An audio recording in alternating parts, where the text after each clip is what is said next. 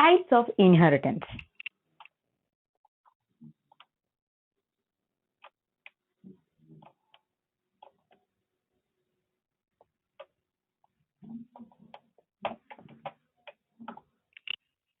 Okay, mainly there are two types, that is qualitative inheritance and quantitative inheritance.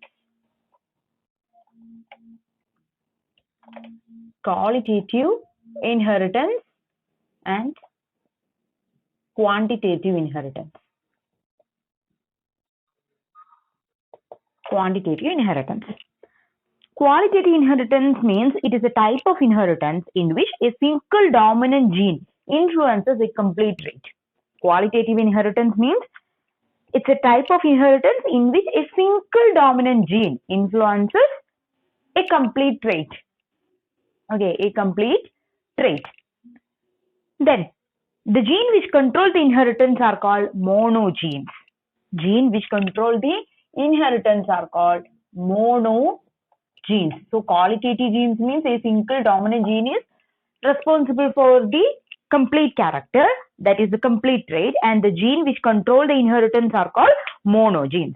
This type of inheritance produce a sort of discontinuous trait variations in the progeny. So qualitative inheritance, it may produces a sort of discontinuous trait. Discontinuous trait. Discontinuous traits in the progeny. Okay, so qualitative inheritance, which means it's a type of inheritance in which a single dominant gene influences a complete trait, and the gene which control the inheritance are called monogenes, and they produces a sort of discontinuous trait variations in the progeny. Okay, example, either tallness or darkness. Either tallness or darkness. Then, the genes which involved in quantitative inheritance, the genes which involved in quantitative inheritance are called polygenes. Polygenes. Here, monogenes. So, a single gene is responsible for the complete trait. Here it is polygene. Okay, so which means inheritance of character in which one character is controlled by many genes. Okay, in qualitative genes, single gene is responsible for a complete character or a trait, but in case of this qualitative genes, which are responsible by polygenes, which means a single character is controlled by many genes, and the intensity of character depend upon the number of dominant allele. Okay, so such type of inheritance are called quantitative inheritance, or also known as polygenic inheritance. Also known as polygenic inheritance. Quantitative inheritance, polygenic inheritance. Also, these polygenes also known as cumulative genes. Polygenes also known as cumulative genes. So, let me clear once again. Inheritance of character in which one character is controlled by many genes. One character is controlled by many genes, and intensity of character depends upon the number of dominant alleles. Intensity depends upon the number of dominant alleles. Okay, so such inheritance are called polygenic inheritance or quantitative inheritance. The polygenic inheritance, which was first described by Nielsen and Eel. Polygenic inheritance. So, polygenic inheritance, which was first discovered by the scientists Nielsen and Eel. Nielsen, Eel. Okay, so Nielsen and Eel discovered the polygenic inheritance for the first time, and they find out the polygenic inheritance in the kernel color of wheat. In the wheat kernel color. Wheat kernel color. So, polygenic inheritance, which was first discovered by Nielsen and Eel, and they found out the polygenic inheritance in the plant wheat, that is in the kernel color of wheat. And let us discuss the polygenic inheritance in wheat. polygenic inheritance in wheat?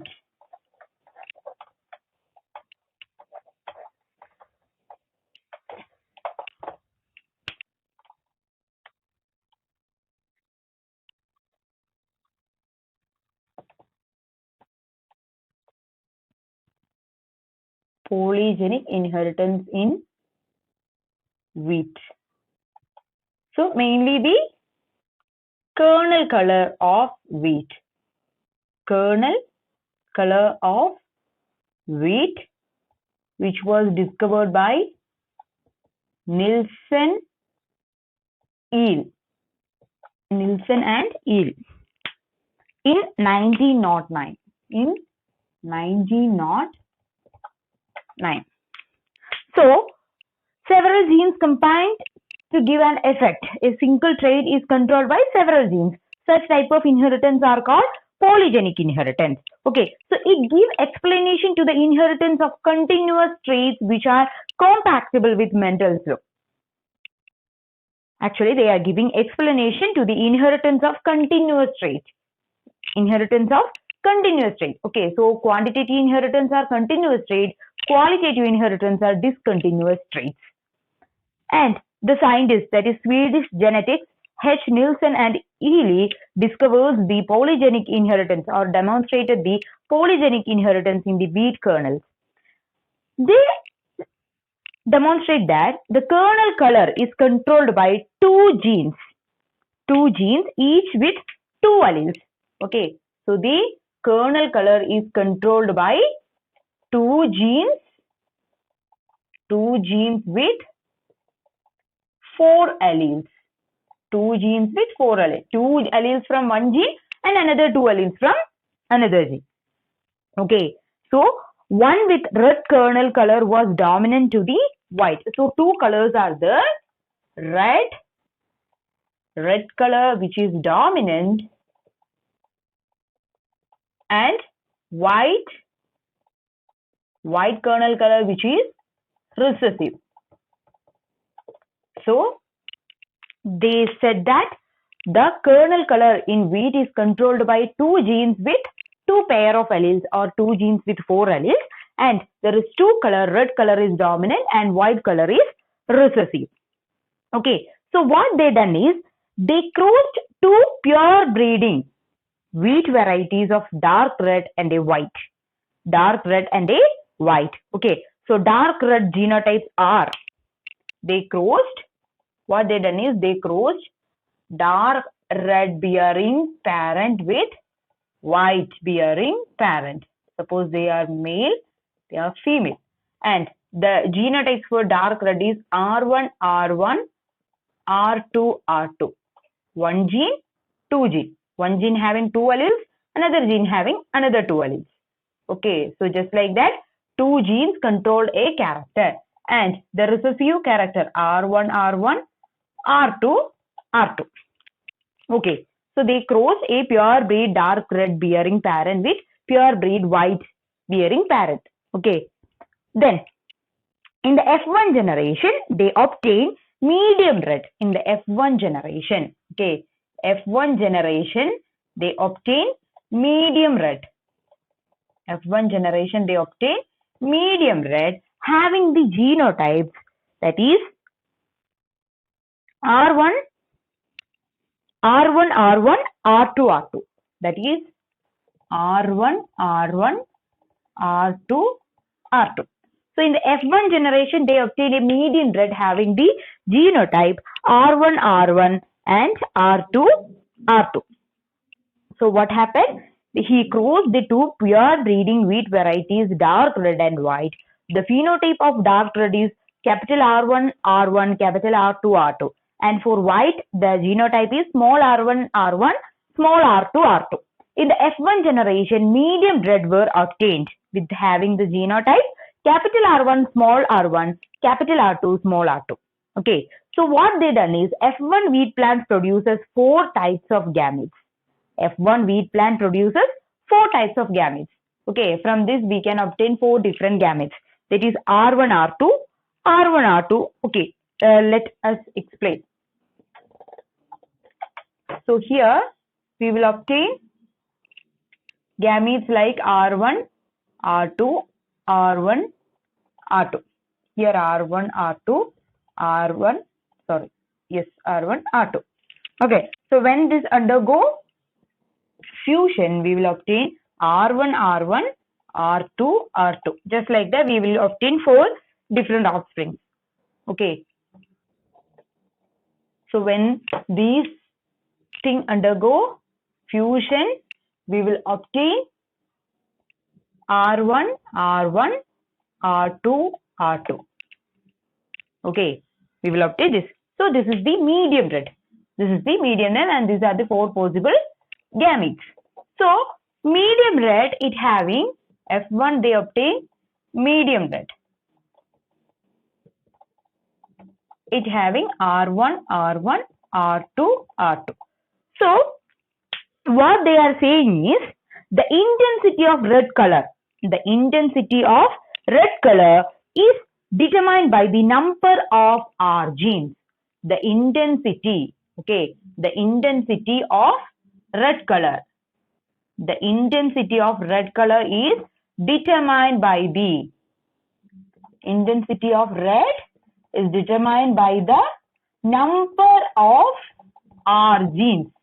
Number of R genes. Okay. So if the offspring have full dominant R genes, then it will be dark red. So by decreasing the number of R genes, the intensity of red color also decreases. If there is no R gene is present, then the offspring will be white in color. Okay. So let us look.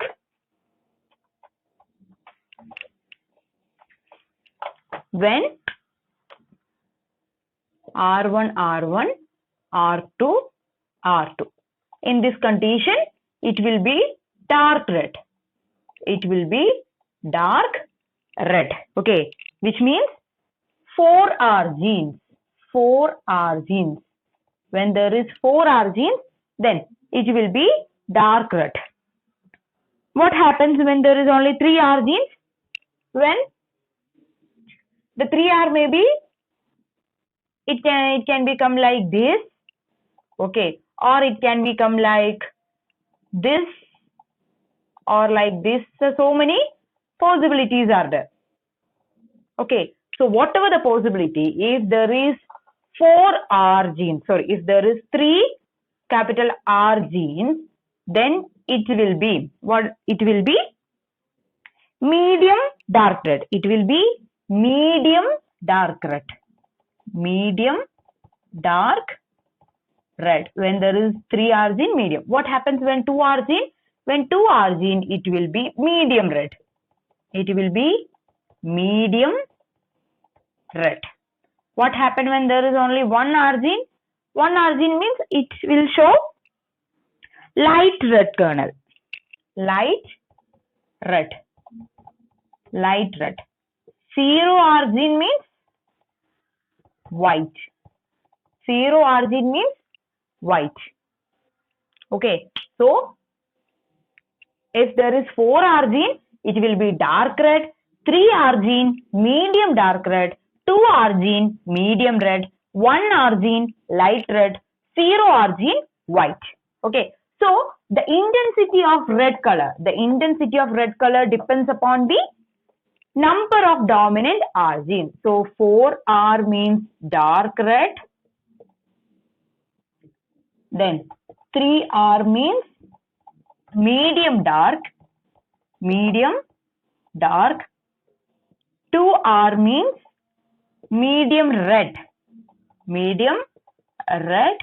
1 R means very light red or light red, and 0 R means white. So the intensity of the kernel color which depends upon the number of dominant R genes.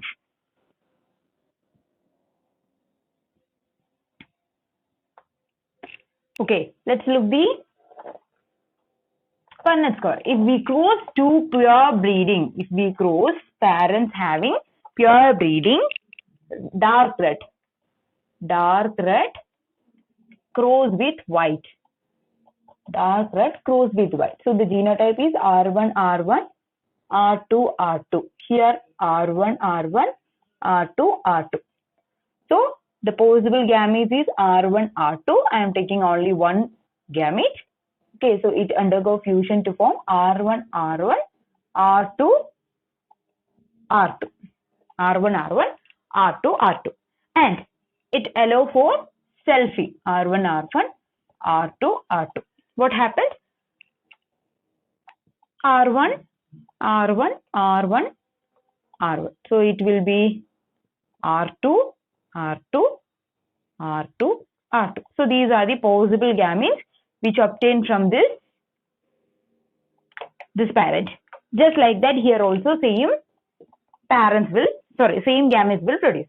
Okay, then if you draw the Punnett square, you can easily understand what are the possible type of offsprings which we produce in the F2 generation.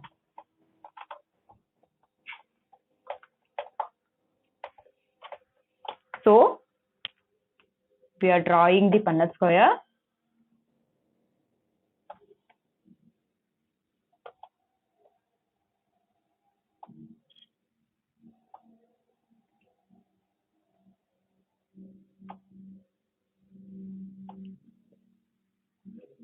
Okay, we draw the Punnett square.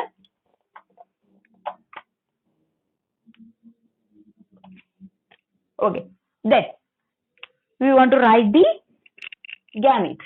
So here it is R1, R1, R1, R2,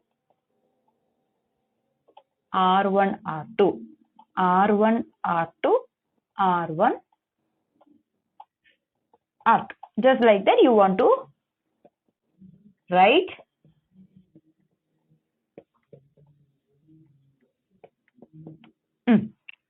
So now we want to fill the Punnett square.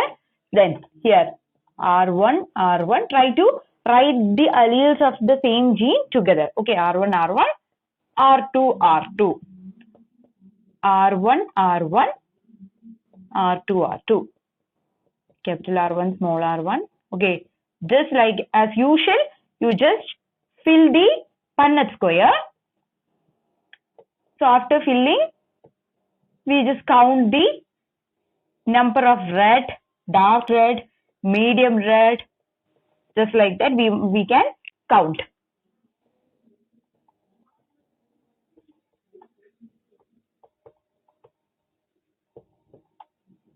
So the intensity of red color depends upon the number of dominant R gene. The intensity of red color depends upon the number of dominant R gene.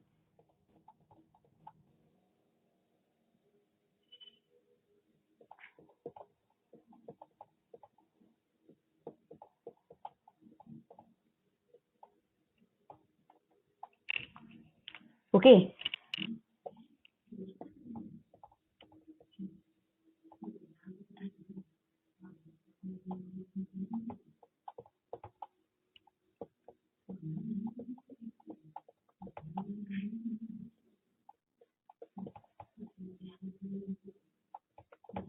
So finally,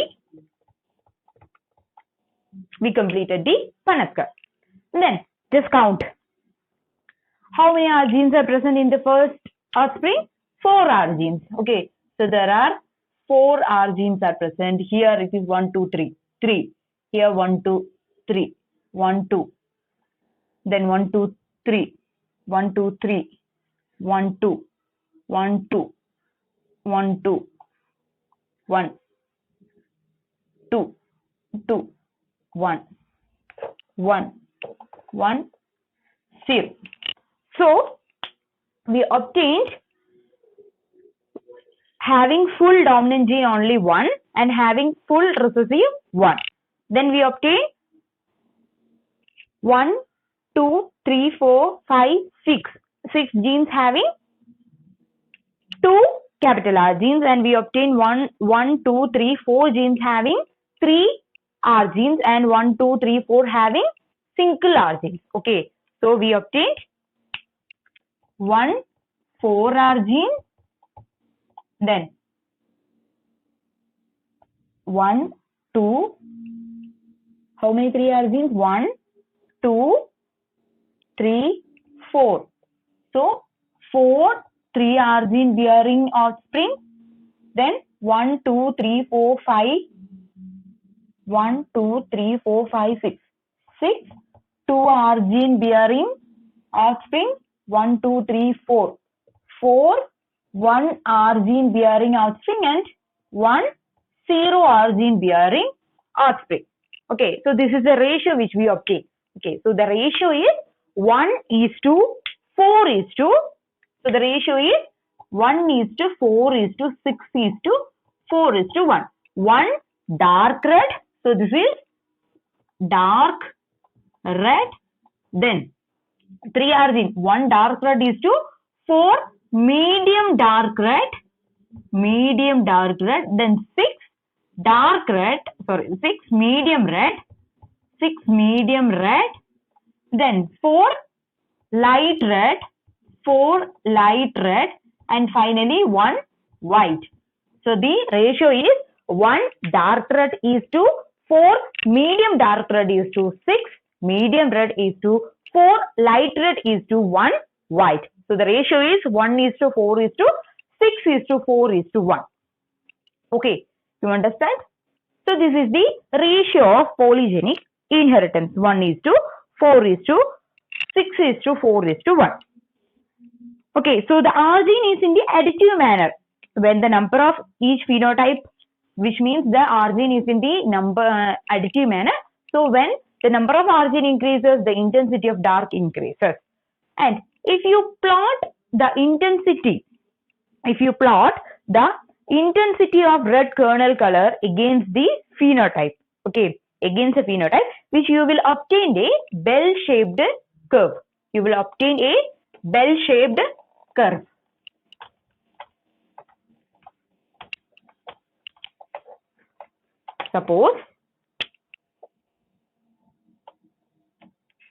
Suppose you will plot a graph having the intensity of red. Intensity of red and the R gene. Okay, the R gene. So the red having, the dark red having only one. We obtain the dark red 1, and we will obtain the medium dark red as 4, and we obtain the medium red as 6, then we obtain light red as 4, and we obtain white as 1. So if you draw the graph, we will obtain a bell-shaped curve. So, but finally, they again done so many experiments in the wheat kernel. Later, the research discovered that there is a third gene also present in the determination of kernel color in wheat. Okay, so in the beginning, Nielsen and Eel said that 2 genes are responsible for the expression of the kernel color in wheat, but later the research said that again they found out that a third gene is responsible for the expression of the kernel color of wheat. Okay, so the 3 independent pair of alleles. So finally they said that 3 genes and 6 alleles. 3 genes and 6 alleles. They named AA, BB, CC, and their corresponding small letter. Okay, so finally they find out 3 genes and 6 alleles are responsible for the kernel color, and they find out the ratio as 63:1. 63:1. 63 red, 1 white. Okay, so in our previous, that is in 2 genes, 4 alleles. In 2 genes, 4 alleles, the R1, R1, R2, R2, cross R1, R1, R2, R2. So these are the respective alleles, and we obtain 15:1. 15 red is to 1 white, and their ratio is 1:4:6:4:1. 1 dark red, 4 medium dark red, 6 medium red, 4 light red, and 1 white. Here the ratio is 1:2. 1:6:15:20:15:6. So this is the ratio 1:6:15:20:15:6 Okay, so 1 is the dark red. 1 is the dark red. Okay, 1 dark red is to 6 moderate red. 1 dark red is to 6 moderate red. Then 15 red. 15 red is to 20 intermediate red. 20 intermediate red. 20 intermediate red is to 15 light red. 15 light red is to 6 very light red. Very light red is to 1 white. So this is the ratio which they obtained. Okay, so what are the ratio? 1 dark red is to 16 moderate red is to 15 red is to 20 intermediate red is to 15 light red is to 6 very light red is to 1 white.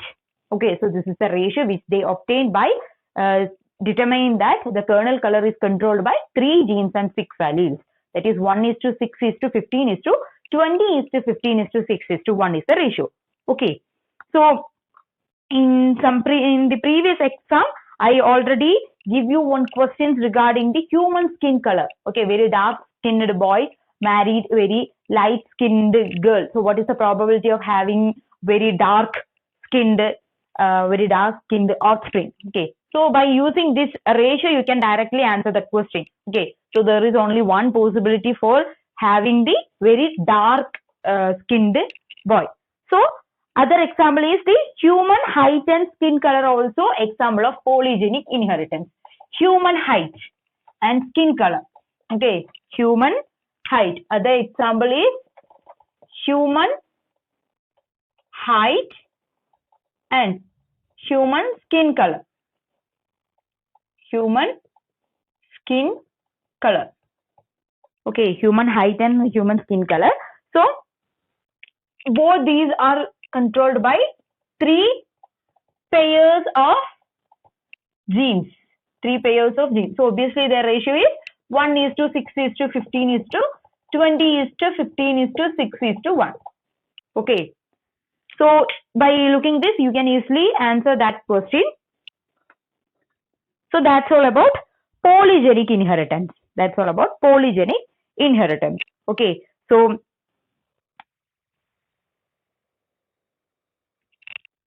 then next one is, what is pleiotropic gene? Polygene we just discussed. Then what is pleiotropic gene?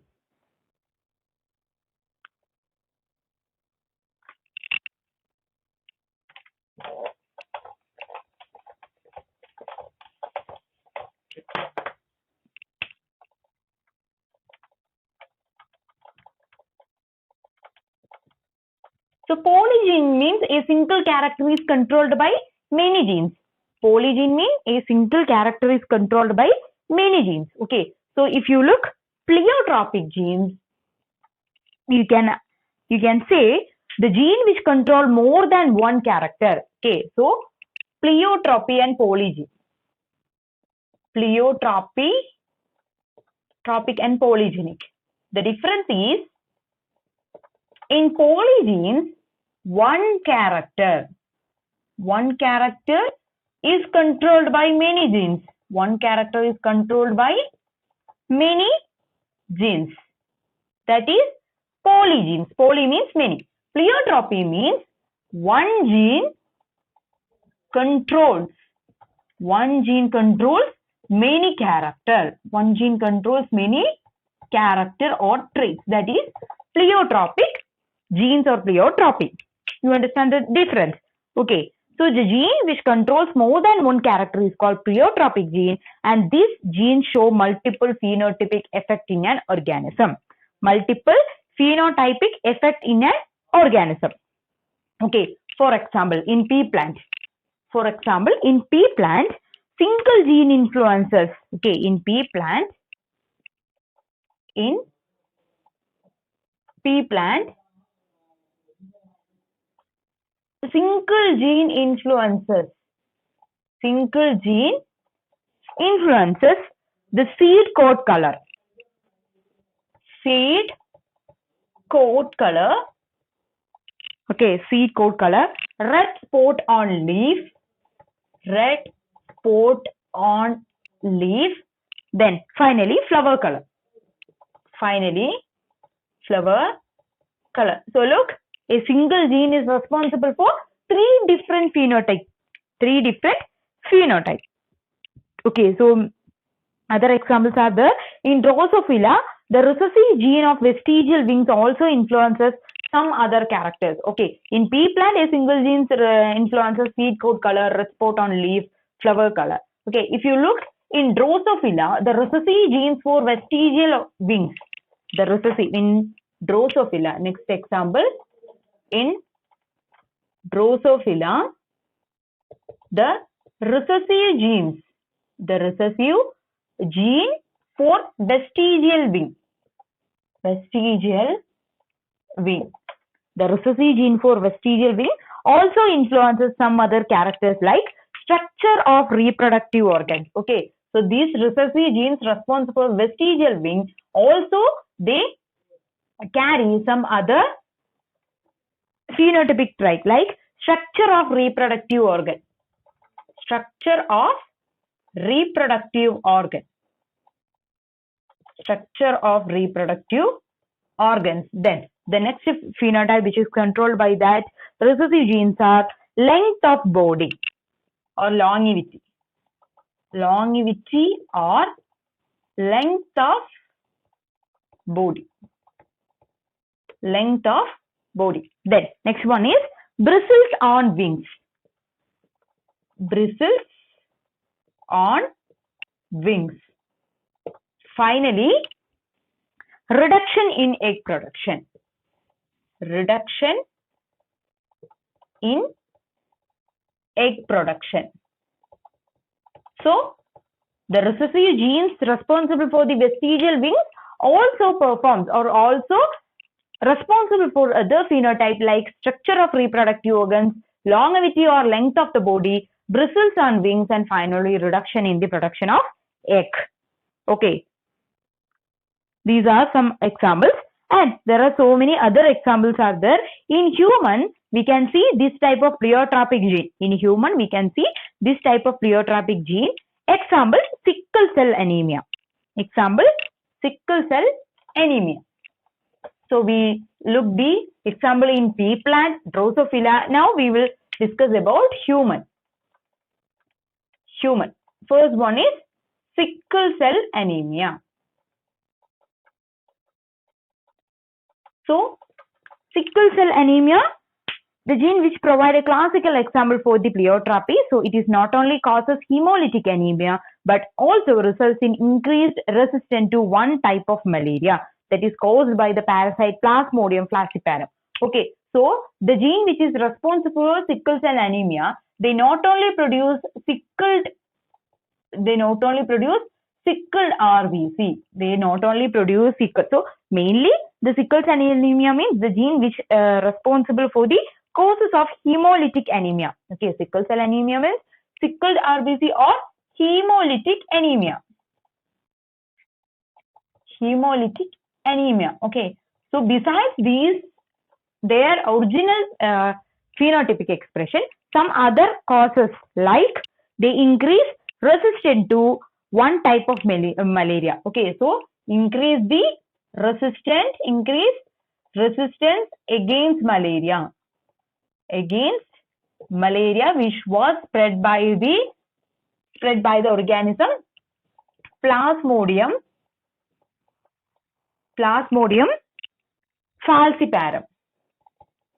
falciparum. Okay, so it's a beneficial. Okay, sickle cell anemia is harmful to the body, but Due to the presence of this sickle-celled RBCs or sickle-celled anemia, which is controlled by a gene, that same gene which increases the resistance against a malaria, which was spread by the parasite Plasmodium falciparum. Okay, so the sickle cell allele also has pleiotropic effect on the development of many tissues and organs. They also have the effect on the development of many tissues and organs. They also influence the phenotypic trait on development of many tissues and organs. Tissues and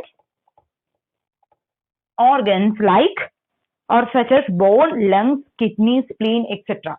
Okay, so sickle cell anemia, the gene which is responsible for the formation of hemolytic anemia, they also increases that is another phenotype. They also increases the resistance against malaria, which is spread by the parasite Plasmodium falciparum, and also they are responsible for the development of many tissues and organs such as bone, lungs, kidney, spleen, heart. Okay, then the next example is cystic fibrosis. First one is sickle cell anemia. Then next example is cystic fibrosis. Cystic fibrosis. Cystic fibrosis, we know it is a hereditary metabolic disorder that is controlled by a single autosomal recessive gene.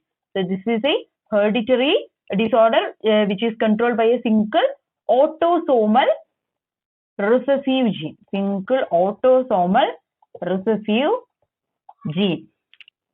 Okay. And the gene which specify an enzyme that produce a unique glycoprotein. This glycoprotein results in the production of mucus. Okay. So more mucus interfere with the normal functioning of several exocrine glands, including those in the skin, lungs, livers, and pancreas. So the gene, that is the autosomal recessive gene, that specify an enzyme that produce a glycoprotein. So these autosomal recessive genes that specify an enzyme.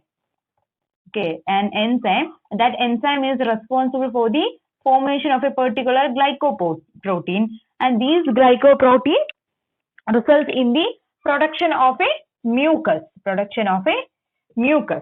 Okay, mucus. So more mucus interfere with the normal functioning of several exocrine glands. Okay, due to the production of more mucus, it may interfere the normal functioning of several exocrine glands, which includes those in the skin, lungs, livers, and pancreas. That is cystic fibrosis. So by single effect of these genes, many other phenotype character like the problems in skin, problems in lungs, livers, and pancreas are generated. So single genes are responsible for the multiple phenotypic traits that are called pleiotropic genes. So you understand the difference between polygenes and pleiotropic genes. Then next type of inheritance is cytoplasmic inheritance.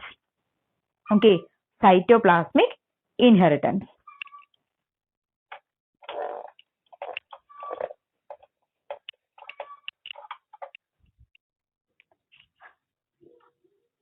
Cytoplasmic inheritance. Okay, so inheritance of characters which are controlled by cytogene, or so the inheritance of character which are controlled by cytogene, or it is also called as cytoplasm. That is the gene which is present inside the cytoplasm. That is called cytogene. Okay, so the inheritance of character which is controlled by cytogene or the cytoplasm. Normally, the inheritance of characters are controlled by karyogene. Okay, karyogene, which means the gene which is present inside the nucleus. Cytogene is the genes which is present inside the cytoplasm. Okay, so the inheritance of character which are controlled by cytogene, this phenomena is called cytoplasmic inheritance, and this phenomena is discovered by the scientist Corson.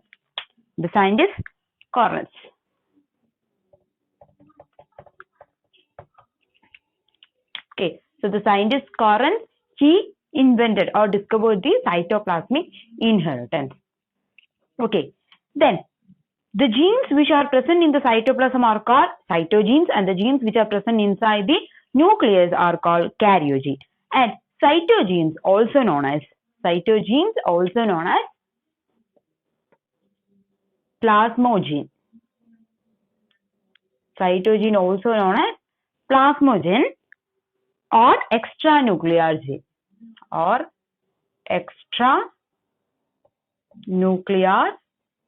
gene Okay, so cytogene, that means the genes which are present in the cytoplasm also known as cytogene, or it's called as plasmogene or extranuclear gene, that is extra to the nuclear gene. There is another type of gene, that is cytogene.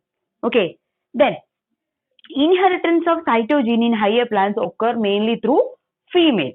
Inheritance of cytogene mainly occur through female. Okay, inheritance of the cytogenes mainly occur through female.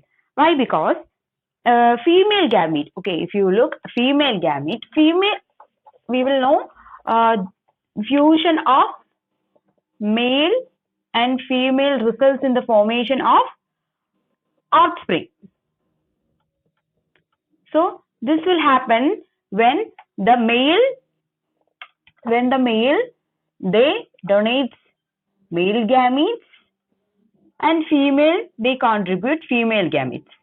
Okay, so female gametes may contain cytoplasm, whereas male gamete may contain only nucleus. There is no cytoplasm. So we can say the inheritance of cytogene is mainly through female. So females are responsible for the inheritance of cytoplasmic characters. Okay, so the female gamete, it has both karyoplasm and cytoplasm. Both karyoplasm and cytoplasm is present in female gamete, but for male only karyoplasm is present. There is no cytoplasm. Okay, then the male gamete of higher plants is called the male nucleus, and it is very minute and without having any cytoplasm. Okay, so mainly the inheritance of cytoplasm is carried by the females, and that's why the cytoplasmic inheritance, otherwise called as maternal inheritance, also called as maternal inheritance. Maternal inheritance. So cytoplasmic inheritance, also known as extranuclear inheritance or maternal inheritance. Extranuclear inheritance or maternal inheritance. Why it is called as maternal inheritance? Sorry, because the females are responsible for the inheritance of the cytogenes. Why? Because female gametophyte only containing the cytoplasm. So the genes which are present in the cytoplasm are transmitted to the next generation through females only. That's why it is called as maternal inheritance. Okay, so if we are making a reciprocal cross, then the results may be affected. Okay, so normal crossing will happen, but when we are doing the reciprocal cross, then the result will be affected. Okay, then cytoplasmic inheritance are of three types. Cytoplasmic inheritance are of three types.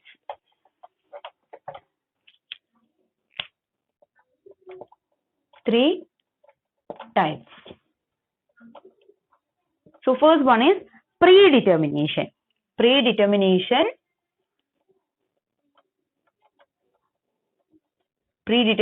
is the first type of cytoplasmic inheritance. Then second one is DOR modification. DOR modification.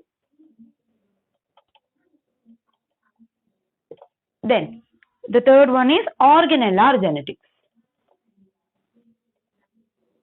Organellar genetics. Okay, so these are the three types of cytoplasmic inheritance. First one is predetermination. The maternal effect, they directly depends on the nuclear genes and are involved in no non-cytoplasmic hereditary unit. Okay, so actually it is a maternal effect that is indirectly depend on the nuclear genes. They are indirectly depends on the nuclear gene and are involved in a non-cytoplasmic heredity unit. That type of cytoplasmic inheritance are called predetermination. So actually the maternal effect is determined before fertilization. That's why it is called as predetermination. The maternal effect is determined before fertilization. Before fertilization itself, it is what? It is determined. That is why it is called predetermination. The maternal effect is determined before fertilization. That's why it is called predetermination. Example, shell coiling in snail. Shell coiling in snail. Okay, so there is two types of coiling, right sided and left sided coiling. So whatever the type of coiling is present in the female, that should become in the male. Okay, so that is the type of shell coiling, that is predetermined. Then next one is Dorr modification. So in Dorr modification, which involves dispensable and ineffective hereditary particle in the cytoplasm. Okay, so there is a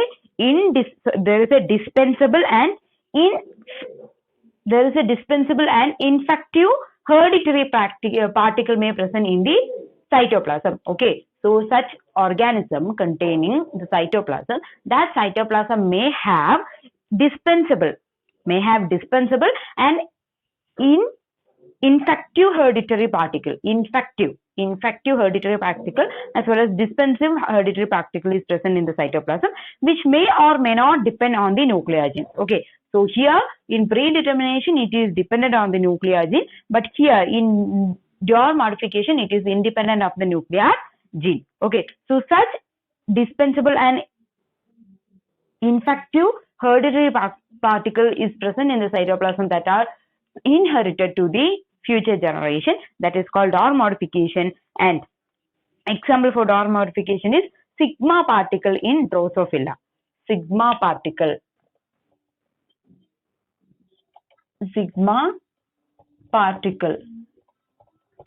in Drosophila. Sigma particle in Drosophila. Okay, so sigma particle in Drosophila, these particles are really virus-like particles. What are sigma particles? They are virus-like particles which are present in the Drosophila and they are related to the carbon dioxide sensitivity. Okay, so the inheritance of sigma particles takes place through the egg cytoplasm, that is through female. Okay, so sigma particles is virus-like particles which is present in the cytoplasm of Drosophila and they are sensitive to carbon dioxide. Okay, so these are about Dorr modification. Then finally, organellar genetics. So cytoplasmic inheritance involving some essential organelles like chloroplast, mitochondria. Okay, like chloroplast, mitochondria. Why? Because chloroplast and mitochondria are the two organelles having extranuclear gene. Okay, chloroplastic gene is present, that is inside the chloroplast, that is plast genes are present, and inside the mitochondrial genes are present. Okay, so these two organelles are involved in the cytoplasmic inheritance, that are organellar genetics. And example, plastid inheritance in Mirabilis jalapa. Plastid inheritance